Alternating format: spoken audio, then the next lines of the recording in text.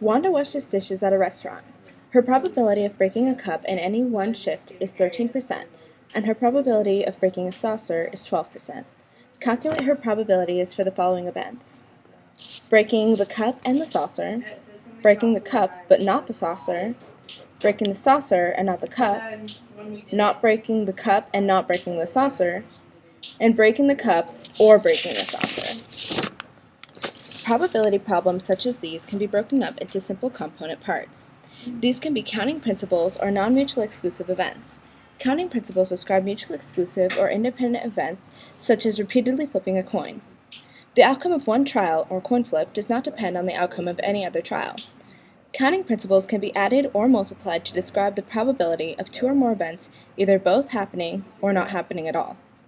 Non-mutually exclusive events involve one event which is dependent on another. In cases such as these, when calculating the probability of one event or another happening, you must subtract the overlap, which is the probability of both happening. The probability of breaking a cup is 0.13, so the probability of not breaking a cup is 1 minus 0.13, or 0.87. This is because the total probability of something happening is 100%, or 1.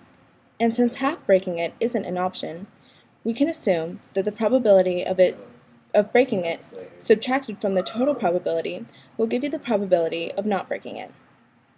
We are given the probability of breaking saucer is 12%, or 0.12. So by this logic, the probability of not breaking the saucer is 0.88.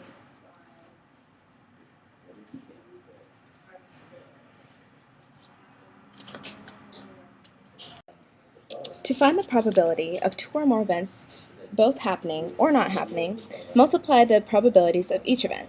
This is an AND situation. Add the two or more probabilities in an OR situation where one of the two or more events happens. For the probability of the cup and saucer both breaking, multiply the probabilities of the breaking cup and the breaking saucer.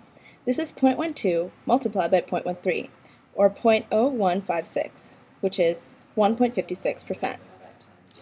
Using the probabilities of a breaking cup and saucer, not a cup, and not a saucer, we find the probability of a breaking cup and not a saucer would be 0.12 multiplied by 0.87, which is 0.1144, or 11.44%. The probability of breaking a saucer and not a cup would be 0.13 multiplied by 0.88, which is 0.1044, or 10.44%. The probability of breaking neither would be 0.87 multiplied by 0.88, which is 0.7656, or 76.56%. The probability of breaking the cup or the saucer would be 0.13 multiplied by 0.12, which is 0.25, or 25%. This is the probability of something breaking, but we have to subtract the overlap, the probability of both the cup and the saucer breaking, which we found previously to be 0.0156. 0.25 subtracted by 0.0156 is 0.2344, which is 23.44%, and is your final answer.